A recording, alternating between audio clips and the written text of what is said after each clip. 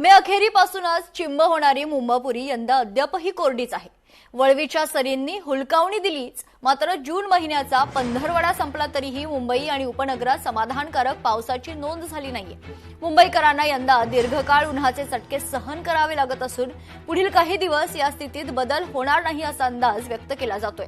याचाच आढावा घेतलाय लोकशाही मराठीच्या प्रतिनिधी स्नेहा जाधव यांनी। पाहूयात। जून महिन्याचा पंधरवडा उलटला तरी देखील अद्यापही मुंबईत पावसाची हवी तशी नोंद झालेली नाहीये, असमाधानकारक नोंद झाल्याचं म्हटलं जात आहे। एकंदरीत आपण जर पाहिलं तर गेल्या वर्षी मे महिन्याच्या अखेरीमध्ये प्रचंड पाऊस पडलेला होता, बऱ्याच ठिकाणी पाणी देखील साचलेलं होतं, परंतु यावर्षी जर आपण पाहिलं तर जून महिन्याची 15 तारीख उलटलेली आहे तरी देखील अद्यापही पावसाने हवी तशी हजेरी लावलेली नाहीये। जून महिन्यामध्ये आतापर्यंत सांताक्रूज इथे 12.9 मिलीमीटर तर कुलाबा इथे केवळ 4.2 मिलीमीटर पावसाची नोंद झाली आहे। मुंबईत मोसमी पाऊस दाखल होण्याची सरासरी तारीख 10 ते 11 जून मानली जात असते, परंतु आपण जर पाहिलं तर आता 15 जून नंतरही पावसाने हवी तशी हजेरी लावलेली नाहीये। यंदा मोसमी पावसाची वाटचाल संत गतीने असल्याचं म्हटलं जाते।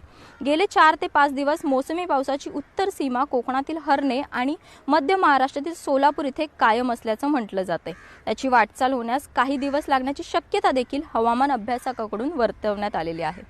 खरं तर यामुळे पाणी टंचाईचा धोका देखील मोठ्या प्रमाणावर उद्भवत आहे। भविष्यातील पाणी टंचाई लक्षात घेता राज्य सरकारने उपलब्ध पाण्याचा काटकसरीने वापर करावा अशा सूचना देखील देण्यात आलेल्या आहेत। पाणी साठा हा मुबलक प्रमाणात आहे, त्यामुळे मुंबईकरांना देखील टेन्शन जे आहे ते मुंबईकरांचं वाढलेलं आहे। एकंदरीत पाहिलं तर उकाड्यामुळे देखील मुंबईकर त्रस्त झालेले आहेत, त्यामुळे मुंबईकर पावसाच्या प्रतीक्षेत असल्याचं आपल्याला पाहायला मिळते। व्हिडिओ जर्नलिस्ट राजेश मनियारसह स्नेहा जाधव, लोकशाही मराठी, मुंबई। लोकशाही मराठी ऐका, पहा, जागरूक रहा।